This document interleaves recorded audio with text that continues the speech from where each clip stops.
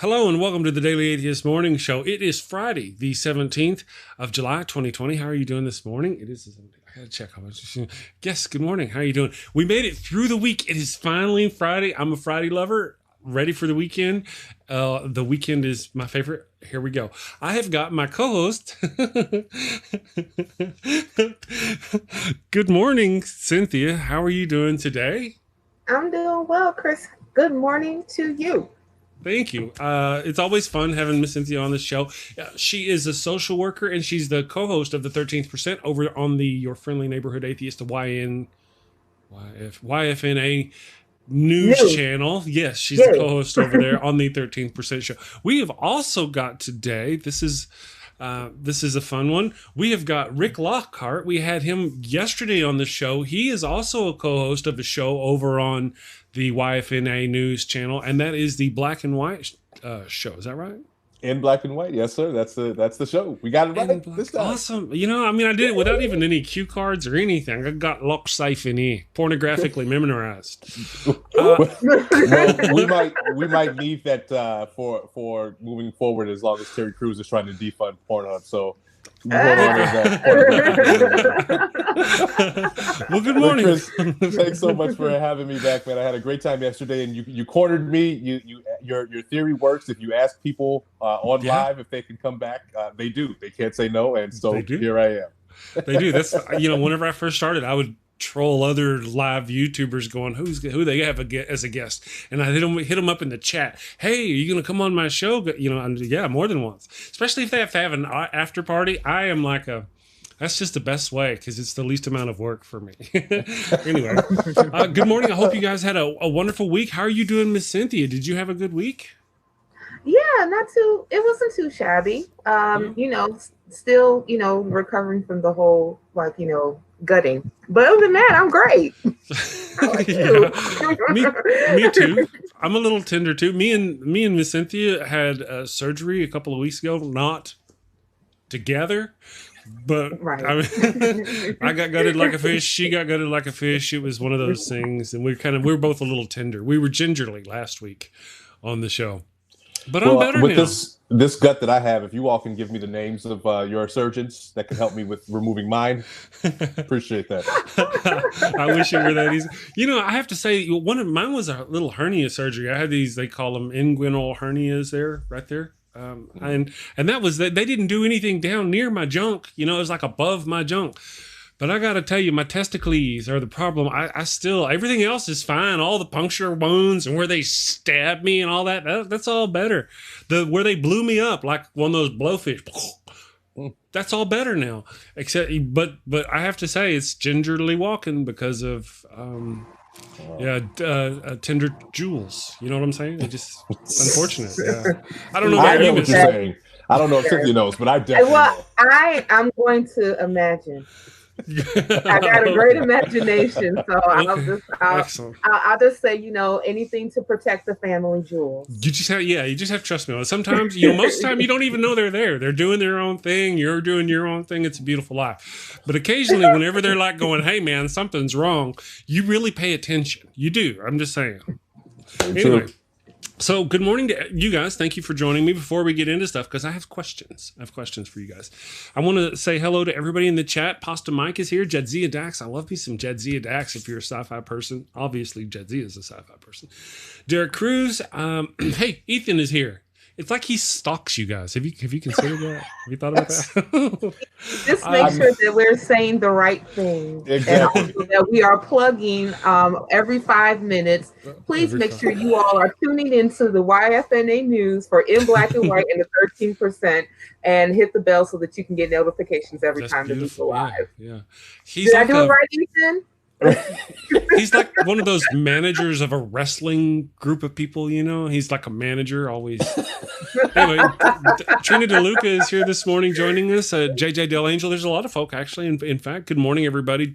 Jason, good morning. Nice to have you with us. Thank you all. If you have questions for me or for these people, if you don't mind, for these people, any of us, go ahead and tag me at the Daily Atheist Morning Show in the chat, and I'll see it and I'll try to get the question asked for your people. So, guys, I got a question. I wanted to ask you, we're going to talk about issues with what's going on in the world. Obviously, we all know what's going on in the world, the systemic black racism problems, etc., that we've got going on. I have questions, though. You know, about a month, 2 months ago, things started blowed up, and people went all crazy, and there was a lot of craziness. And then there's been people have marched from here, they've marched to and fro. Have you guys noticed any change? Has anything improved at all? Well, in your view, you start, Frigg. Yeah, there's a couple of things. So I want to first say thanks again for having me back on the show, Chris. I had a great time yesterday. I'm following, I'm subscribing. Love your shows now. Thank you. I think that, and this question I think recently came up not too long ago, that the coverage of the protests aren't as widespread as they were. There's no point of getting into a conversation about mainstream media's agenda, so on and so forth. But just because people aren't seeing it doesn't mean that it's not happening. The outrage, the protests, all that have taken place, I think there has been change. We've seen change in certain police activity or accountability, excuse me. So the protests have been making impacts. They've been making changes. They've actually, voices have been heard, but we're not where we need to be. And I think that's the important part. We are nowhere near where we should be when it comes to the issues of institutional and systemic racism by far. We still have a long way to go. So the protests and the marches are still happening. They're still out there, and people are still sharing their outrage for what we're dealing with in this country. I'm sure we'll probably get into a little bit later the 87 protests who were charged with felonies down in Kentucky by the Attorney General, Daniel Cameron, I believe his last name is. We can get into that in a bit, but they're still happening. Really? Yeah. Well, I knew that. That's one of the things you and I personally, I think, talked about. Was it yesterday, or we discussed it somewhere, that they were still going on, etc. My deal is, I'm just kind of curious. I was just wondering if we've seen any progress. Now we still have, and part of what we've seen progress, and that we're not seeing. I don't know if it's progress.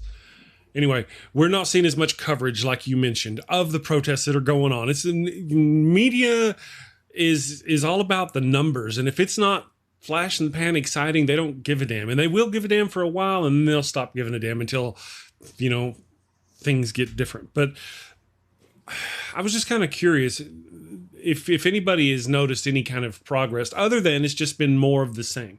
Now, there's so much ugly that's out there that was kind of hidden, that it's kind of hard to imagine that with all of that still bubbling to the surface, that any positive change would even be noticed. Well, I would definitely say that at least in Louisville, Kentucky, they did pass the Breonna Taylor law, which actually outlawed no-knock warrants. So, that is a needle in the right direction. But I will definitely say this, as far as like movements are concerned, even when I look at everything that's going on right now. Remember, if we go back into history a little bit, that the civil rights movement started roughly, let's say like around 1955 at the death of Emmett Till. Once that kind of sparked off a series of different initiatives that people took, as far as civil unrest. You had the Freedom Riders, you had the Montgomery bus boycott, and you had a series of marches, including up until the March on Washington in 1963. And it was a total effort from mid-1955, a couple of landmark decisions in the Supreme Court, like Brown versus the Board of Education, that led you into like an almost 10-year struggle until you finally got the Civil Rights Act in 1964. So oftentimes in movements like this, it is a long haul. I would definitely say that anytime that you're looking for specific changes, especially on the policy and legislative level, it takes time. And you have to also understand that we do have a lot of people that's like, in Congress and in the White House and that are not necessarily so apt for change. So like it takes like a lot of different cogs in the wheel or cogs in the machine, I guess, that have to be greased in order for like real change to come about. And also too, I would say this about the media. They are like, you all seen Up, right? The movie Up. I have not yet. With the balloons? Yes. Yes. Okay. I have to remember, like the cartoon-ish Yeah, movie? yes, yeah. Or Up in the Air with George Clooney, because I love that one too. I'm culturally lacking in that. Oh, okay. Well, you're not missing much there, Chris. You're fine. All right. Yeah. Well, I actually enjoyed the movie, but I it's a tearjerker. See. All right. Here's the deal. My daughter wants to watch it. My daughter, literally, you guys are gonna think I'm kidding. She's really smart, way smarter than me. She's grown up 25, 26, somewhere in there. You know how we are. We forget. Anyway, she wants to watch Up with me. We've never watched it together. It was really so. Carry on, Miss Cynthia. Well, I encourage, if any person has not watched Up, watch it. It is a tearjerker, but it is a lovely movie. But I was going to compare the media to the dog in Up. When the dog first went to the old man and it was like, "Hi, my name is, and I want to be your friend," and then all of a sudden he was like, "Squirrel," and they came back and like said, "Hi." That's the media. I'm impressed. That was a really great analogy, Cynthia. That was an awesome analogy. I don't even recall that movie that well to remember that happened until you mentioned that. Well done. Right, but that's the thing. What the media does, like every time like that, there's a new squirrel that's like running around. That's what the media pays attention to. But anybody that's actually committed to this work, you got to know that it's definitely a commitment. You're not, as much as we would love to see a lot of these particular institutions of racism and supremacy or white supremacy tear down, we still got a lot of pushback. You still got people that's upset that, Civil War statues, Confederate statues are coming down in the South. And, I think that it was you, Rick, that was subbing for me one time when you all talked about, the Confederacy. Mm-hmm. And, one of the things that I think that a lot of us kind of forget is that the Confederacy was an enemy of the United States. Mm-hmm. Yeah. They succeeded from the Union. And that's and because they believed in states' rights and they wanted to keep the institution of slavery an actual thing, but the main thing is that they succeeded from the Union. Mm-hmm. When they succeeded and became their own nation, they became an enemy of the Union. They became an enemy of the United States, and so hence the Civil War. And after, so much time, I believe mostly when Woodrow Wilson became president, we started seeing a lot of these Confederate statues go up. And I'm like, why are we celebrating treasonous people? Why are we celebrating, if they were on a ship, they would be mutineers. I mean, like, why are we celebrating enemies of the United States? It makes no sense. So, well, and Cynthia, if I can, I think that's the important part about that, Chris, to your question and anyone else that's asking, is that we have these.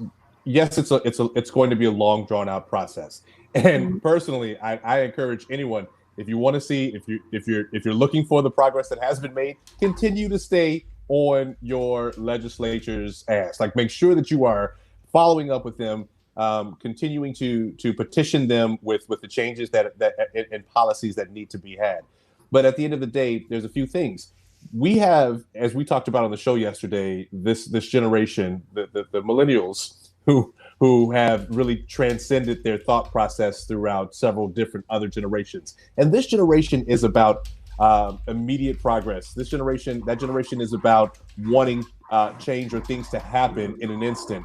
And maybe there's not this overall understanding that, as Cynthia mentioned, this type of work is a long drawn out process, because that's just the way our legislation looks. That's what it looks like. But there are small milestones that we need to take into account. We need to take into account the milestone of removing Confederate statues and removing the celebration of this era that fought for slavery and against the Union. The Breonna Taylor no-knock warrant passing, the banning of chokeholds, all of those things are taking place, and it's important to remember that those small bite-sized achievements are still happening. Again, like we mentioned, whether you do see them or you don't. And if there are things that people are looking for that they don't see, I strongly suggest and encourage, get on the phone with your legislation in your state. Find out what has been done, and if anything at all has been done. Don't rely on mainstream media to show you what's taken place, because they have their own numbers, metrics, and agenda that they need to be responsible for. So they probably won't cover the things that are taking place in that progress. By the way, I do appreciate all the masculine tears for Up. I'm going to go back and watch it just to see if I have those same masculine tears as well. Now I have to watch it. Hey, have you guys not that we want to go there, have you guys seen The Fountain? I don't think so, no. Okay, just briefly, it's The Fountain. It's a movie with Hugh Jackman, who plays Wolverine, and it's got Rachel Weisz. And there's a story about this guy, and he loves this lady, and she's going to die, and she's got cancer, but he's a doctor, and he's trying to save her, so he's doing these experiments. But it goes on her story. She's writing a book about this queen who needs this gallant Spanish knight to go find the tree of life for her. So you see him and her play out those roles and stuff like that. First time I saw it, there at the end, I was like, oh, but then the second time I saw it, because I knew what was coming and I knew it was going, I bawled like a baby through the whole thing. My eyes were all swollen. The next day I was swollen. There's this part you wouldn't think. All I knew of Hugh Jackman was Wolverine. That's all I knew. I see him performing in this. At the end of this movie, this tree of life that he's guarding is kind of dying, and with it his love, that woman then he hopes of bringing her back, is dying, and he starts bawling and going, and I was like, it was horrible. It was wonderful. Hey, it's a wonderful movie. I had cried like a baby. I cry. I have no qualms about admitting that. I will cry at the winning of some contest, some singing contest, like America's Got Talent, of somebody who has this really soulful voice and wins and blows out the contest. I'll cry. I cry. Right. That's okay wonderful. My wife is watching, and I cry too. You cry? I guess it's expected. You girl, you cry at the drop of the hat. Now, crying is healthy, and I encourage it. It is. I feel it's a very healthy, very healing process. Yes. Cry. Everybody cry, and if you don't cry enough, cry some more. That's what I'm saying. I cry. My wife is watching, and she's gonna be like, because she couldn't believe it. I cry at Star Trek. Through any there could be this random episode where somebody gallantly sacrifices themselves for something. I'm over there, but to be specific, she and I, we hadn't been together long. I don't know how long we've been together. And we went to watch the 2009 movie Star Trek. Now, I'd already seen it, because this is 2015 at least when we're watching this movie, because that's when we met. So it's been out for years. I'm watching. So we're watching this movie, and Kirk's father is sacrificing himself, and Kirk's on being born in a thing, and his mother's crying, and Kirk's dad is, go now, save yourself. I will destroy the ship. And I'm like, and she's like, you're crying at Star Trek? You're crying at Star Trek? Well, yeah. Chris, to be honest, that was a very emotional scene. It was. That was an extremely emotional scene. I kind of heaved up a little bit too when I saw that. I was just like, dang, and he was like, he's a boy. oh, you should name him Tim, and all this, all that's going on, and in the minute, and he about to die, like he is about to straight just like lose his life as he's listening to his child being born. So yeah, that was that was an emotional scene. I gotta admit that was emotional. So yeah, I feel you. I'm not mad at you, Chris. Like I said, I was like, okay, yeah. I'm just grateful to know, Chris, that we do share that same sentiment because I'll cry at the drop of a hat too. It's okay for all the guys that are crying or crying at top. I support you. Me and the wife, we were sitting at dinner the other day, and I think it was like the Wrath of Khan or something, and I'm like, and he's like, Khan, and she's like, are you crying? You're at the dinner table telling me this. That's not exactly what it was, but it was something like that. And yeah, I was like, so, actually, here's an interesting tidbit of knowledge. She just watched Star Trek The Wrath of Khan the other day with me.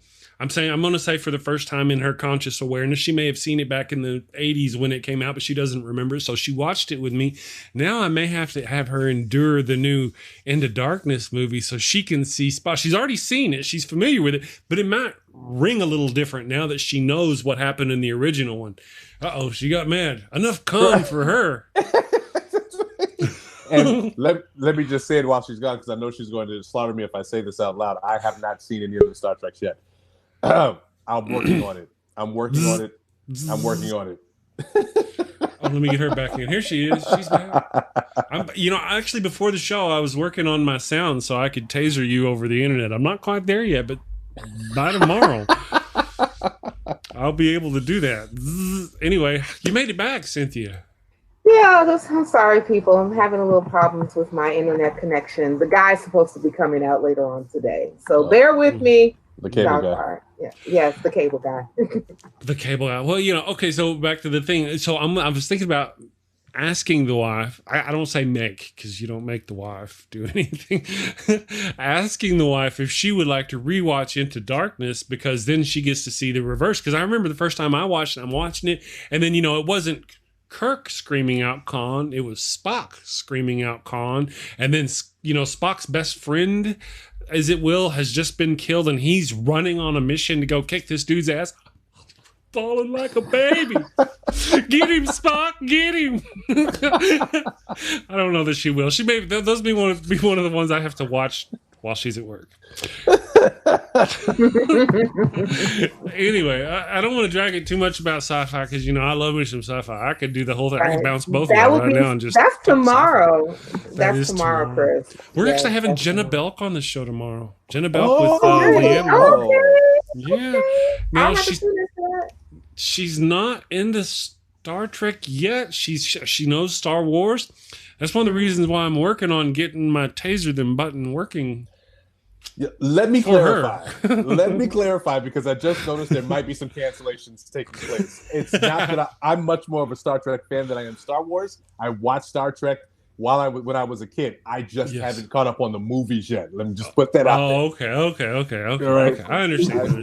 Well, the movies are different. They're a little different. I've been through everything except for wait. Okay. I've been through everything except for Star Trek, the cartoon series back in the day. Haven't seen that. And I have seen all of the shows. I have not seen Axanar. I have not seen Star Trek that. Any of the fan-made stuff I haven't watched. I've seen the first episode of Picard, and that's it. I have not seen the rest of Picard. I'm gonna, so that's kind of where I sit. And now, part of the problem I have with the current productions is like, did you people even watch Star Trek? Do you know what the hell I'm watching these? And then like Discovery, the second season of Discovery, they talk you to death. They're like, okay, we're gonna sit in this room and talk together, me and Michael Burnham. She's gonna talk to me forever and ever about our feelings and about our childhood and all this. And then in one of them, I am not kidding. I've been bitching about this through several of the episodes. One of them, she literally gets up, walks, that follows her into another room with another character, and they sit down and hold another conversation. They just talk you to death. And I'm like, hey, have you not watched Star Trek? And then the whole mycelial network and all that, veins were popping out of my forehead. Well, So, I enjoy both seasons of Discovery, but I will say this, like Chris, when you get a chance to watch Picard, it's worth it. And then after you finish watching the series, have me on so we can discuss it. we'll discuss it. Well, see, that's what I'm going to do. I'm going to create a second channel. Another channel, and it's going to be sci-fi reviews only. It's not going to have anything to do with atheism. And I'm going to review. I'm going to give my 2 years of what I think of my 2 years, my 2 cents about what I think of Discovery after watching the 2 seasons, because I love and hate it. It's fantastic. The graphics, Michael Burnham, fantastic actress, wonderful. Micheal Yeoh, love them all. The Klingons, I dig the Klingons, all that stuff. There's just certain things that I think are stupid. Like I said, the second season, talk. It just kills me. But there's so there's a love-hate thing that I have. So I'm going to do that, and then I'm going to watch Picard and do a review of each video, because I'm a little afraid that I may not be happy exactly with Picard, because it again moves away from what I think of as Star Trek. That's what I've heard, only because of, and one of the things I know a little bit about, because you hear the rumors about something about Picard and in that series, we humans make the Borg. I'm like, damn, why can't they just be made somewhere else? Why do we have to do that? Let somebody else do something important. Did we make the Romulans too? Did we make the Klingons too? Come on, just give us credit for everything. It's like we're the Russians of, you remember the way they used to do? That was invented in Mother Russia. We invented that. The monitor was invented in Russia. Didn't matter what it was. So yes, current squirrel is Star Trek. That's true. Yes, we did squirrel Star Trek. So that's kind of what I was thinking. I've added it to my list. Right, we could. All right, let's move back to talking about hate and racism. That's not nearly as fun as Star Trek. No, it's not. No, it's not. But I will say this, it's important. I will say that Star Trek has been a wonderful escape every time I get overwhelmed with advocacy and hate and racism. I was like, you know what? Let's just go ahead and watch a nice little episode of TNG. People, it's balance. It's about balance. Yeah. Self-care. Self-care. Yeah. Okay, so I have another question for you guys. I'd like to get your opinion on something. It's one of those, let me just throw it out there and y'all go for it. The National Police Union, if I'm remembering correctly, has supported Trump 2020. Sorry. I know I've been trying to keep my face together. My apologies there. That's all right. That's all right. I thought it was gas or something. I'm practicing through my news face here, so it's my apologies. We'll try that again later. So you guys who didn't want us talking about Trek, fine. We'll talk about Donald Trump and the police.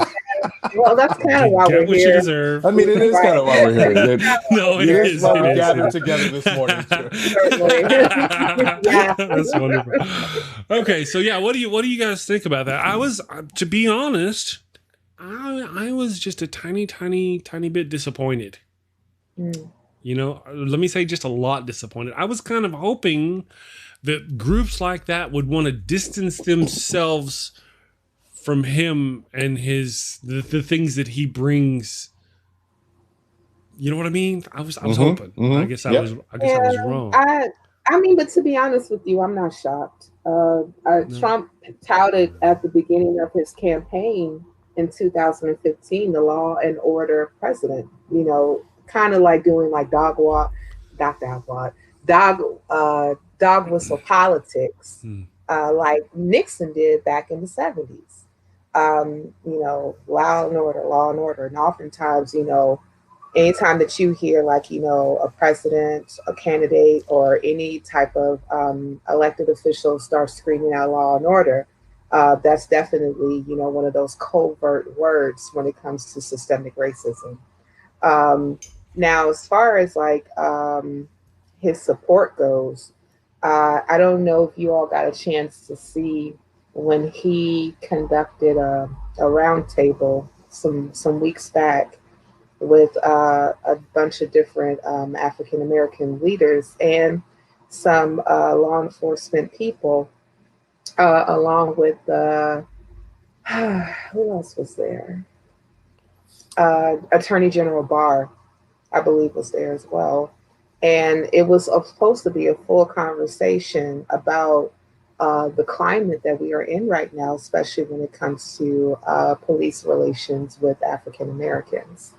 And basically, it was very much so a glance over. And yeah, we're going to do some things, but basically, like, we're going to do the same thing. That's basically what the entire roundtable was.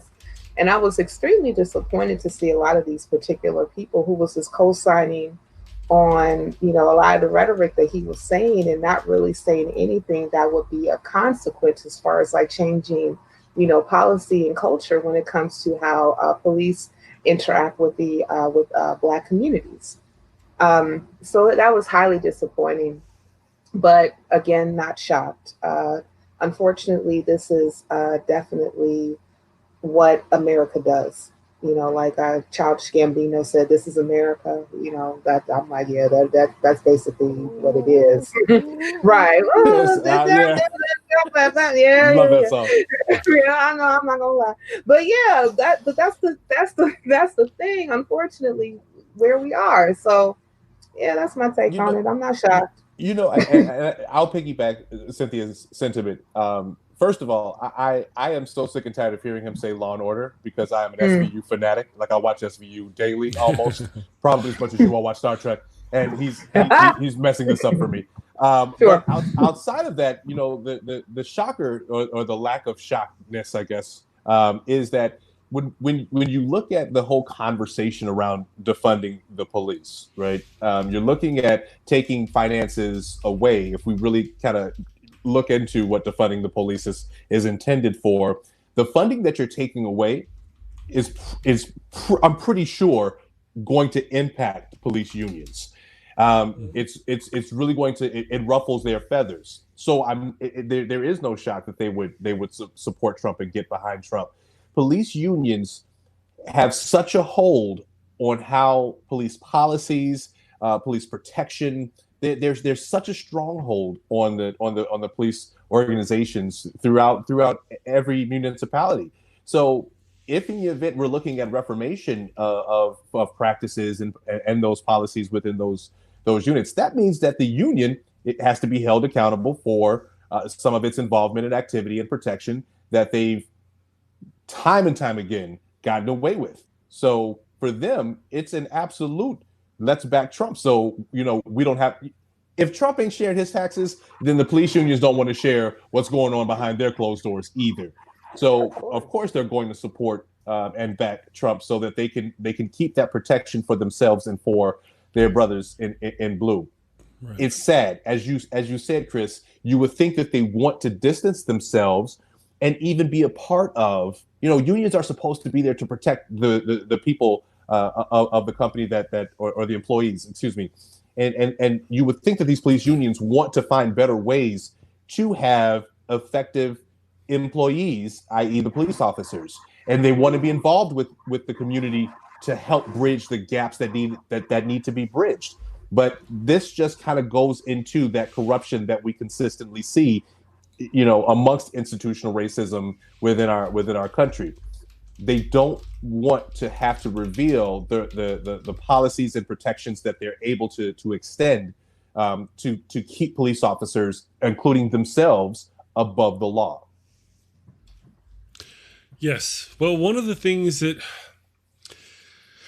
Okay, so with these people, we knew there were certain things. Whenever they say defund the police, we know they're not talking about completely defund the police. Some people probably are, but we know that's not the general sentiment. And I did a whole video on this just after I met Miss Cynthia, I believe. I'd encourage you to watch it. It's about, I'll send you a link later. But this whole defunding the police doesn't mean, at least in my opinion, does not mean remove any funding from the police. Now, we know that, of course. It means turn them back to the Andy Griffith kind of police, not the full combat armored kind of police. We can't afford this program in school and this program in school and this program in school, but we can afford all these shotguns and equipment and things that turn what used to be normal peace officers into paramilitary groups. You see them all the time. And you'll notice that whenever we have these little protests and whatnot, They don't have to go, oh my goodness, we have protests. Let's put it in a requisition and order all this stuff. Okay, it'll be here from Amazon in 4 days. No, they've got it already. They had the money. They ordered the shit. It's all there already. Why do they have that kind of funding? That's what I'm talking about. Now, of course, I understand why Trump would want to keep a military as he continues moving the United States from a democratically elected society into a fascist state. I could understand why he would want to militarize the police. I could also see why you'd want to have this type of strife between the police and the people, especially the people of color and things like that. So you would be able to weed out those policemen who are not going to be able to take it later as shit gets rougher, as we move more into a fascist state. That's a good point. That's Hello, YouTube reviewer who has to go back and watch my videos every day. Don't demonetize me for that. Insert shameless plug here. Yes, insert shameless plug here. Have you guys, let me say, yes. Can you say guillotine? Happens every time. Anyway, hello, Jesus Mike. Jesus Mike is here this morning. Jesus Mike, I think Pasta Mike was here earlier this morning. Good morning, Pasta and Jesus Mike. They are from the Atheist Roundtable. They're a lot of fun. Rick, if you haven't been on their show, well, of course, both of you, obviously, Miss Cynthia, you should go on their show. You guys should go on their show if you haven't been on their show. They are a lot of fun. It's an atheist thing, but they have Christians on their show and ask them questions. Normally, I don't have Christians on my show. Normally, I don't. It's like, but I was going to say, I'm opening doors, Chris. There you go. We'll have more and more Christians come on your show and hang out with you moving forward. Yes. Well, that's awesome. Maybe. I don't know. We'll see. Ethan says he hasn't been on their show either. I bet we could probably arrange that. These guys are wonderful. It's nice to see you all this morning. I didn't mean to distract from our current talk about the conversation. Just wanted to say hi to the folk who've shown up. So yeah, that's where we are standing with the Trump thing. I get why they would want to do but I mean, Joe Biden, I'm going to say it, and if you're a big Joe Biden fan, I might make you mad. Joe Biden's an old guard Republican. He's not a Democrat. And he's no more interested in defunding the police than Trump is. I mean, he might be more of black power than Trump is. Not even. True. But go ahead. I don't know. Well, I don't know. Well, right now he's got a vote to cater to, where Trump doesn't seem to give a shit. Pander. Pander. Pander to. exactly. Pardon me. Pander. Yeah. Good. Yes, thank you. Anyway, so if he would cater, that'd be. That if he would. Yeah, so that's kind of my feelings on him. I mean, it's kind of but he's still not going to do that. So why continue on? They could have supported Joe Biden and kind of met halfway in the middle and tried to keep their funding, tried to deflate the situation with the populace. No, they just didn't. That's what pisses me off. Chris, disappointed, very sad face. You don't. Our current administration doesn't do that. So I think you're. No, I know, but our current administration is so loopy and batshit crazy. Every day comes on and muddles his way through speeches. Blah blah blah blah blah blah. The horse is green. Today is tomorrow. You're gonna do the thing. The rocks were heavy. I mean, he can bear. I can't imagine this guy doesn't piss himself all the time. He's just a muddling idiot, and yet they still follow him and they still continue to do the thing. Finally, I heard some Republican governors are starting to break with him. Oh yeah, but here's the deal: Alabama has broken with him. Maryland has broken with him. The conservatives. I'm going to say it. They are trying to get this plague going as much as they can, so they can have as few people out voting in November.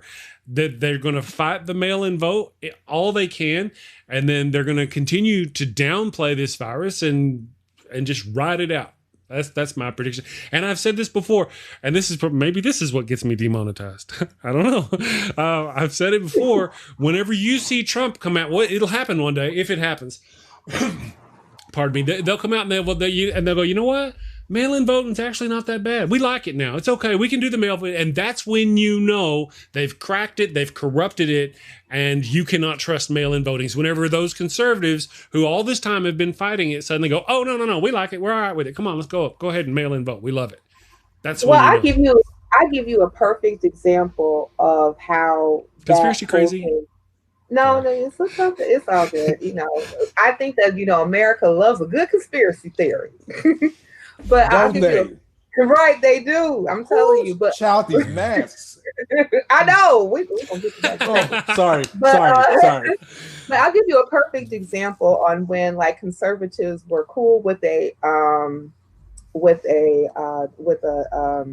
policy that another Republican did, but then when it was actually introduced on a Democrat, all of a sudden everybody went crazy. You all remember, I will believe, when Romney was governor of Massachusetts, right? I'm not too sure. Vaguely. Yeah.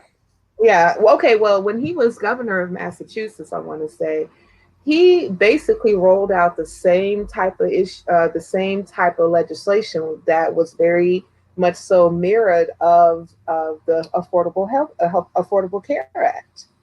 So, but and everybody in that particular state, for the most part, it was a pretty popular piece of legislation to open up marketplace so that more people could actually get access to health care. Mm-hmm. But when Obama was like, okay, we're going to do something very similar to what Romney did with Massachusetts, a Republican, all of a sudden it was like, oh my God, why you try to do a state that's, too much government, too much government. So that, this is the same type of crap that happens oftentimes when it comes to politics. Like, people are on board with legislation depending on who introduces it, period. Depending on who is in power and if they're liked or not, or with their party. I'm telling you right now, if Trump actually supported legislation to, I don't necessarily like defund the police, but redirect funding in the police to cover more of, I would definitely say, more programs, maybe social workers, and also redirect some funding in actual communities to actually help bridge the gap of community policing. And if he actually extracurricular activities, all types of stuff, that you could possibly do, because I was even reading the article and I was looking at some of these budgets for the police, and they are high, and also, and you all know that, like, Biden was talking about throwing millions of more dollars towards the police without just on a surface promise that they're gonna play nice. That's basically what he wanted to do. But I tell you, like, if like Trump actually supported something like that, I'm pretty sure his party was like, oh yeah, that's great, But I'm saying, but if it was like on the other side, basically on the blue side, if they say, yeah, let's go ahead and do that, then it's a problem. So it really just depends on who's in office. It's the same thing that happened with the CARES Act. How many, especially if I was watching a program yesterday by this team called Be the Power. Matter of fact, if you all get a chance, subscribe to their YouTube channel. Those brothers are awesome. And they were playing a video of Alan Greenspan talking about, he was talking about, taxes versus having cash in order on assets in government in order for you to be able to, fund budgets. And as much as the Republicans have been known to as soon as they get into office, let's cut taxes, right? And then they also have a tendency to be budget hawks. But as soon as something like the pandemic hit, they ready to throw money at everything. And the government came off of $2.2 trillion in less than a week. But nobody was talking about deficits. Nobody was talking about, they weren't talking about the budget. They weren't talking about nothing going sky high. They weren't talking about none of that. I mean, all of a sudden the budget hawks were out the window. Can I point out something real quick, if I may? Please. It's funny that these conservatives who are really bad about not wanting to put out money shat that much money that quickly for a hoax. For a hoax. They believe it's a hoax. Why would they drop that much money for a hoax? Right. So if you're not wearing your mask because you think it's a hoax, look, these people dropped $2 trillion because it's not a hoax. Put your damn mask on. Put your goddamn mask on, people. I want to go back to work. I want to go back to work. Please put your mask on so we can keep these numbers down so I go back to work. Or everybody who's not wearing a mask, just find me a job. Let me come work with you. How about that? You go. We'll do that. Rick, holler at me. We can find something for you to do. I promise. I'm on it. If these numbers continue the way that they're going in Illinois, restaurants we're gonna go backwards in phases, and that's not the right way we're supposed to be going. Anyway, so that's a great point, Chris. And you know, I could have said it better. Sorry, could have said it better. Thank you. I want to say here real quick that we have a question from the chat. Miss Kristin asks, and you know, Kristin's wonderful. Kristin asks, "What do you all?" I think she means y'all. Think I'm from Texas. I don't understand that you all stuff. Anyway, what do we think of the Lincoln Project? I love it. From what I've seen of it, I think they're fantastic. The Lincoln Project. Can you kind of help me out? Rick, fill her out, man. Fill her in. Republicans against Trump, basically.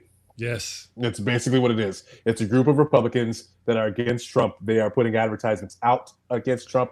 I saw this great post the other day from a friend of mine who, her name's Latasha. She posted a comment saying, or a post saying, in Trump's commercials, that America that he's portraying that's going to happen under Biden's America are actual scenes and pictures from Trump's America. Right. Just to put it out there. The Lincoln Project has been working with ads to basically deter Republicans from supporting and voting for Trump. I also, Kristin, am a fan of the Lincoln Project, and I got a chance to listen to God, I can't think of the gentleman's name currently, but he's I think at Clemson, or he's in South Carolina. He's part of the student GOP. He's a leader or holds a chair position of the student GOP party, and he's even speaking out against Trump. I've been waiting for this. I literally have been waiting for the Republicans who are really able to see, yo, enough is enough. This man is tearing our country apart. I would love to see more Republicans hold this leader, this leader of their party, accountable for all of the divisive shit that he's doing. Like, it's remarkably frustrating to see it. And you know, I think that the Democrats, you know, we're good for that. We're good to call a person out, a leader, someone in a leadership position out, and say, hey, you're not doing this right. So I want the Republican Party to do more of that. So I'm really grateful for the Lincoln Project, for people to actually stand up and say, yo, this man he's tearing our country apart. Yeah. I would say, like, because I did a quick Google search, you know. I tell you, y'all, Google is damn near omniscient. It is. Real close. Real close. Google can get you just about anything. So I want to say about a month or two ago, the 13% did a show with Ted Hayes, who's an activist in California, and he calls himself an 1852 Republican. And that is like the he goes by the principles and the ideals of the Republican Party when Lincoln was running for office. And the Republican Party was the anti-slavery abolitionist party. Mm-hmm. And they were and they were about getting rid of that particular institution that has been oppressive of Black people for centuries. So if you actually had a Republican Party that went back to those particular principles, because like the Republican Party that we have now is roughly about 55, 60, roughly 60 years old. This is not the same Republican Party that that came about in its inception back in the 1850s and 1860s. So I would love to see people, period, hold their elected officials to task, and not just like be like, oh, well, you know, he's the president, so we should go ahead and just follow his lead, or, you know, or they're the senator, or they're this, that. No, we put these people in office. Like, it's our votes, you know, that put these people in office. I'm like, you know, they're supposed to be held accountable to us. We are their boss. And it is up to us to say to them when they say problematic things, or they support problematic policies or anything of that nature, that, you know, no, this is exactly what you're not supposed to do. So, you know, just like on paper, yeah, that looks great. Have more at it. And again, yeah, If we can get the Republican Party back to those particular statutes from the 1850s and 60s, I'm all for it. The Republican Party in the 1860s under Lincoln actually did support reparations for the formerly enslaved. So yeah, let's have that. Come on, let's get back to those particular principles, people. Well, yeah, that was essentially the liberals, though. That was, because it kind of switched. So asking the modern day Republicans to be the Republicans of that time is asking them to be the liberals of today. Yeah, that's basically what they are. And I wonder if we can ever really get that switch or that change. And what I mean by that is, when we look at the bipartisan system that we currently have, which is unfortunate that we only have this bipartisan system, and I personally am of the belief that it's really this bipartisan system that's causing this divide, or at least the extremes of these of each party that is driving the divisiveness in our country. But I wonder what it would take to actually get the party to switch back to, and at this point, I don't anticipate that they will because of how far we have progressed. But even still, if you look at some of the values of the Republican Party, you'll find that they run pretty parallel to the Black community. The Black community is pretty conservative, or at least has been. Now we're making some strides as the community, but it's in my perception, we still have some struggles as a community of holding on to our conservative kind of mentality, from my perspective. And you'll find some of those very same values more so in the Republican Party than you will in the Democratic Party. And I find it, I wonder, how is it that the Republican Party hasn't understood that yet? How is it that the Republican Party hasn't said, well, since we kind of run parallel here, why not go back to where we were in support of reparations and where we were in support of kind of this mentality that Black people, the Black American people, should have, the freedoms that every person in America has.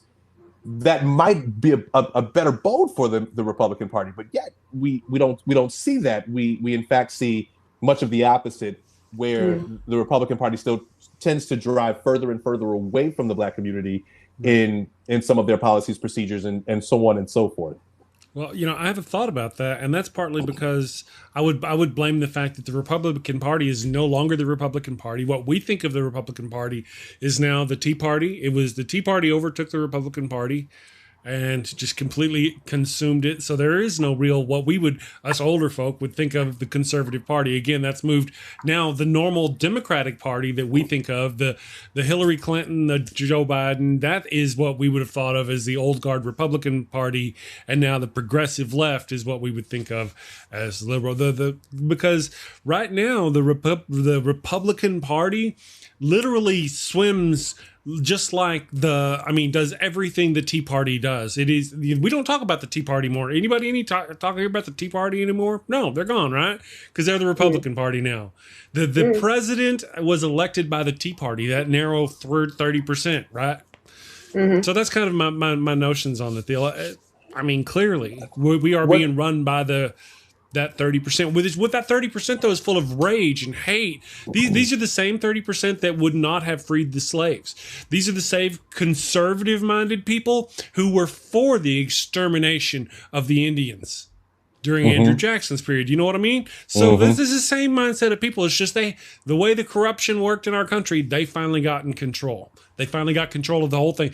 And now, because of the moderate ways our country had become, it's going to take them time to corrupt it further their way. Trump has been doing that. If Trump loses and the liberal Democrats take office again, our progress, the fall might stop, but we won't go back to the way it was. What'll happen is those conservative 30% will fight us so hard in the Senate and the House, that no progress on our part will be made. We will not be able to undo any of the trash that Trump has done. A few years down the road, they will again get elected and start moving us towards the edge of fascism. There's no way. Every time we take power, they stop us. Look what they did to Obama. 8 Right, years of almost nothing.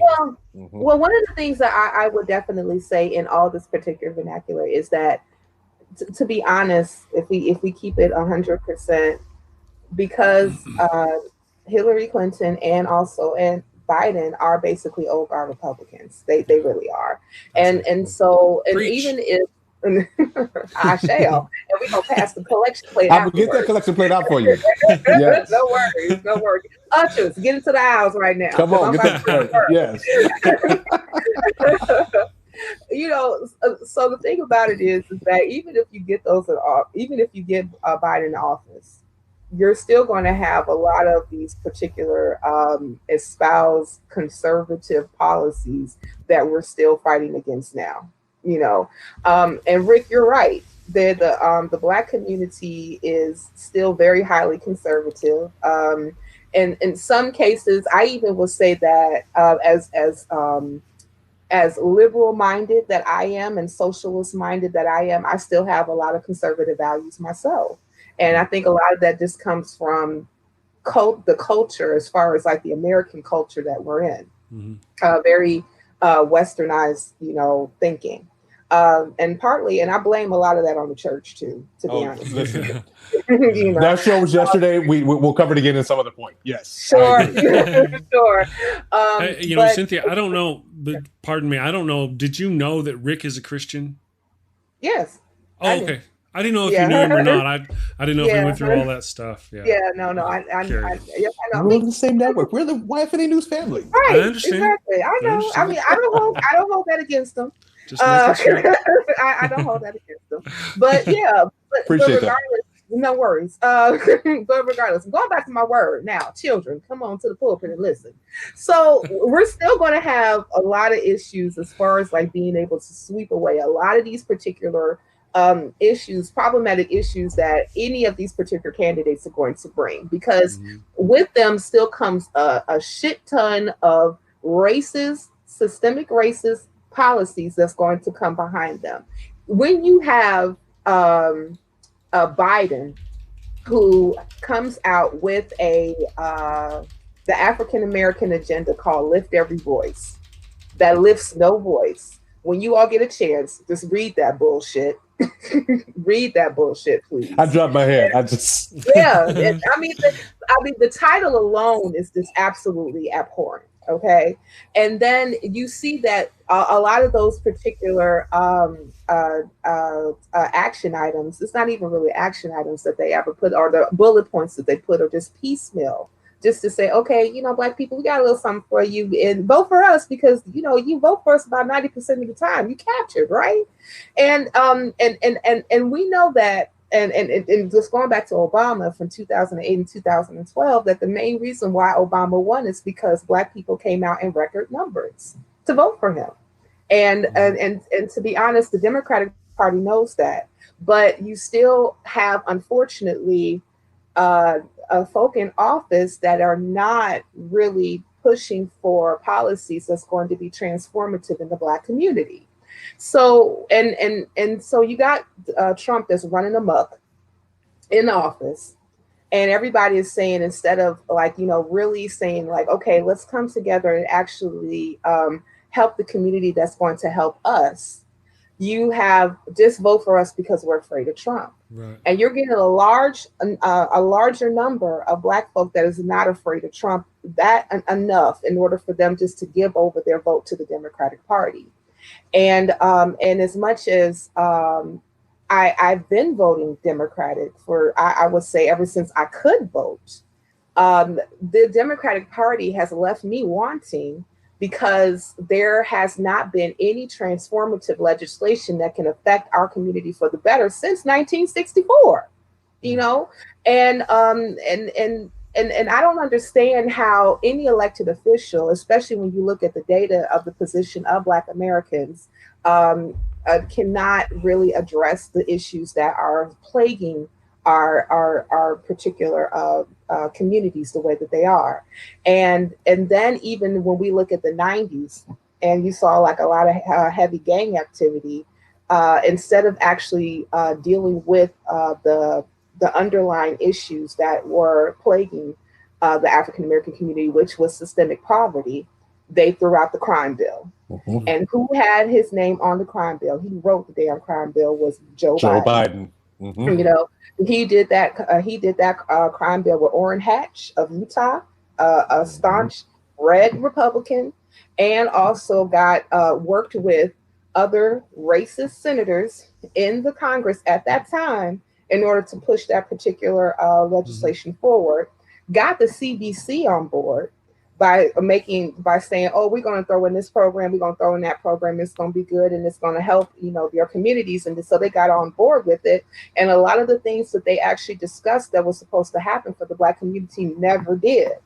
And my concern, if I just say, okay, well, I'm just going to go ahead and vote for Biden just because, like, you know, I hate Trump, which I do, but I'm concerned about giving my vote to this particular person who has already shown himself not to be a friend to the African American community. Right. You know, he actually touted on the Senate floor, every tough on crime bill had my name on it since he's been in office since the 1970s. Yeah. This, you know, so, and anytime that you heard like the war on drugs, tough on crime, law and order, et cetera, that's always been a hammer on Black community. And this is the reason why we even have mass incarceration in the Carkle state right now. So I am at the point where if you say, Cynthia, so what would you do if you had all the power in the world? I would sweep away every elected official that we have from the federal government on down.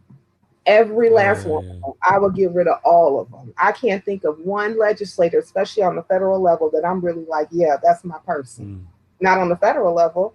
I can think of some people like, you know, like on the state level. I know that Rick, you and we talked about one.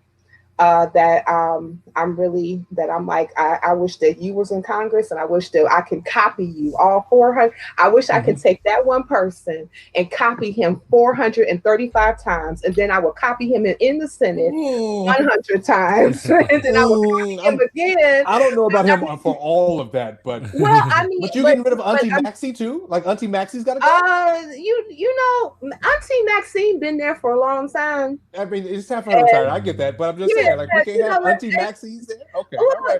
Yeah, I'm like I said, I'm not a huge. I like Auntie Maxine a little bit, and she says some stuff that I appreciate. But you know, unfortunately, she's been tainted. She's been in Washington for a long time too. I think that, you know, if she were to groom somebody who can kind of take some of her initiatives and then also inject some other things that we really need to get done in the Black community, I would be like, yeah, come on board.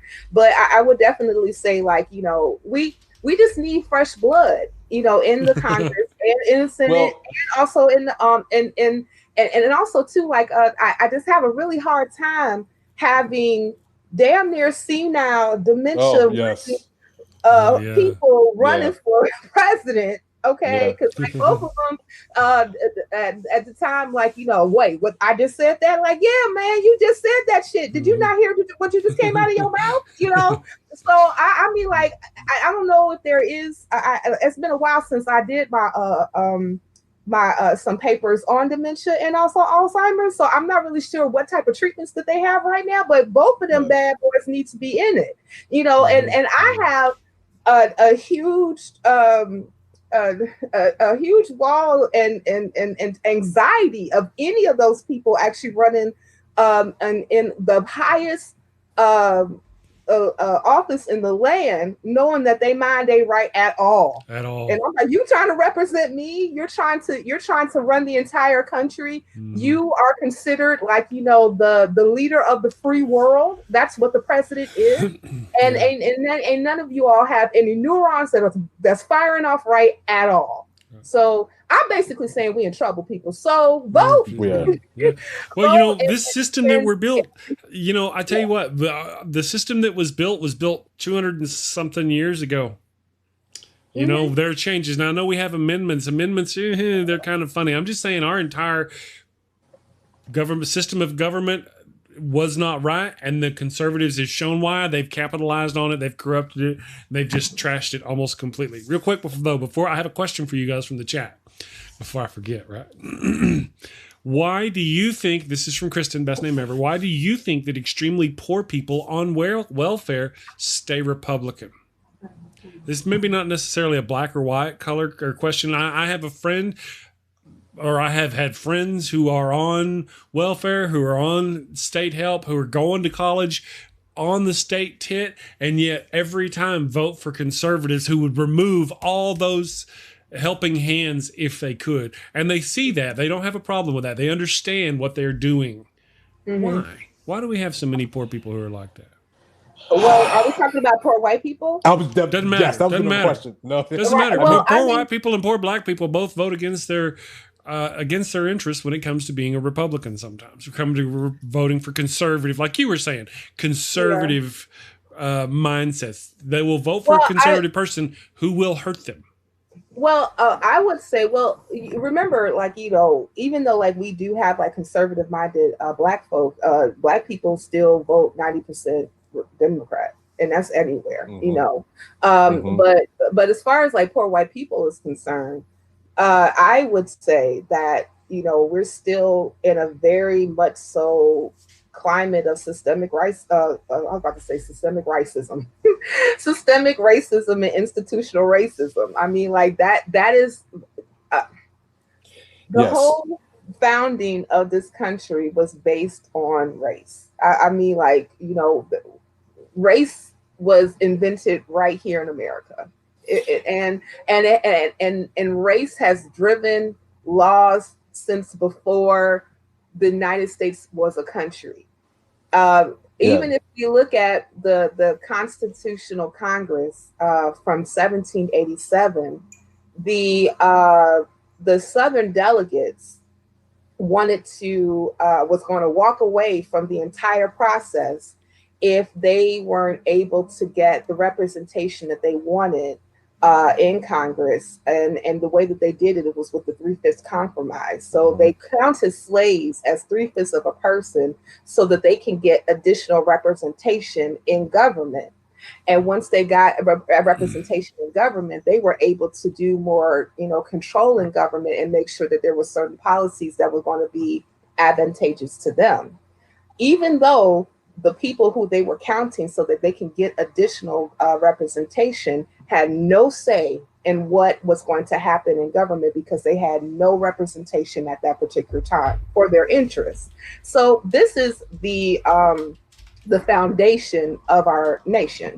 Right. And unfortunately, a lot of those particular thinking patterns, and especially when it came to, you know, who's supposed to be a government and who's going to be representing me, even though they don't necessarily represent my interests because I'm poor, I don't have a lot of money, et cetera, people have a tendency that they're still going to go ahead and vote for who looks like them and who, you know, talks like the game that you kind of want to hear, even though that's not necessarily something that's going to represent their interests, unfortunately. Yeah.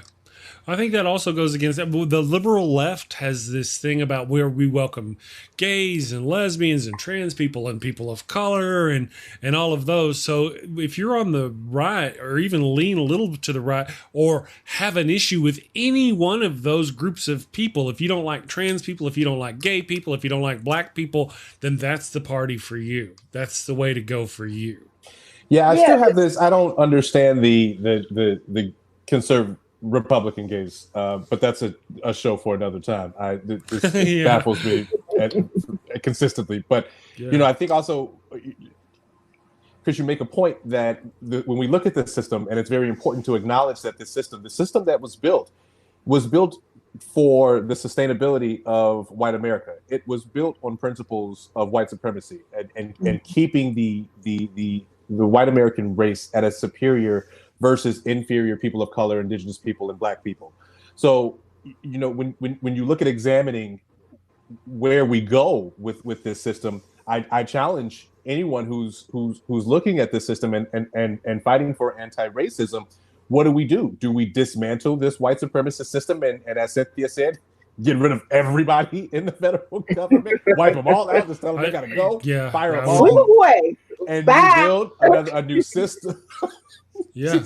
That by God me, it sent me. But you know, I remember a party, and I was talking to a friend of mine very recently about the Democratic Republican Party, I think, or Democratic Republic Party, or Democratic Republican, one of the two. That was a third party that was formulated, or that we had that actually I think is worth taking a look at again. Right? If we're going to create or have a system that's fair for all, then it's very important that we look at the current system as this system wasn't built for people of color, Black people, or Indigenous people. It wasn't built for our benefit at all. So it's going to take a very hard look at how do we find a system that's going to be fair and impartial. Having said that, again, I'm going to lean back on the millennials, who are these creative people who have done some remarkable things and introduced some remarkable practices in our society that have transcended all the way up to baby boomers, right? I almost am convinced that if not the millennials, then Generation Z, I would almost anticipate that they are going to come up with a recreation of how politics are done. We probably won't see it, but I'm almost tempted to believe that they're going to be the generation to do it, because those are the generations that are tired of the business as usual and tend to be. And I'd venture to say that the millennials are probably the most inclusive generation that we've seen globally, right? That I'm almost pretty certain about that generation globally is pretty inclusive. That could be dangerous, but on the flip side, that also gives us a chance to create something, that a system that's going to be beneficial for everyone.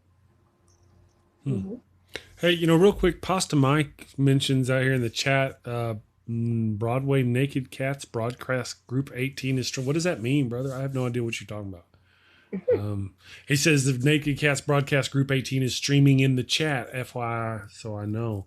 I don't know what that means. If something's going on, sometimes things happen and people do troll stuff, and I just want to make sure no troll stuff is going on. So, and then of course, if Broadway is doing a naked versions of Cats, I want to see that. So just gotta. That sounds weird. I ain't around here. You know, guys. Really weird. Well, we've done the hour plus. I'm going to go ahead and let you guys go so you can get on with your Friday, and the rest of you can get heading towards your weekend. Tomorrow, again, we're going to have Miss Leighann Lord. As always, she is wonderful. And Jenna Belk. We're not going to talk so much sci-fi because Jenna Belk isn't necessarily, or not sci-fi, Star Trek. We're not going to talk so much Star Trek because she's not really into that. We'll find something that she can talk about, and I got my buzzer. I'll be working on that. Anyway, so I want to thank you both for joining me today. You guys have been awesome and fantastic. Thank you. Thanks for having me, Chris. I always appreciate it. And be sure to check out both In Black and White and the 13% over on YFNE News on YouTube. Make sure that you're subscribing to the channel and click that little alarm button so that you can get alerts for when our shows go live. Absolutely. True enough. Thank you very much for that. Jadzia, there'll always be some Star Trek. I'll have the batleth in the background just in case. Thank you to everybody in the chat. Thank you to everybody on Facebook who is watching. Thank you to the YouTube reviewer has to go back and watch the show. I hope you all have a wonderful weekend. Be safe, stay cootie free, and we will see you tomorrow for Sci-Fi Saturday. Take care. Thank you for watching the show. A special shout out to my gold level Patreon supporters, the Blazing Wizard Pope, Ian Davenport, Cindy, PLAZA, and tons of mice. Thank you and have a great day.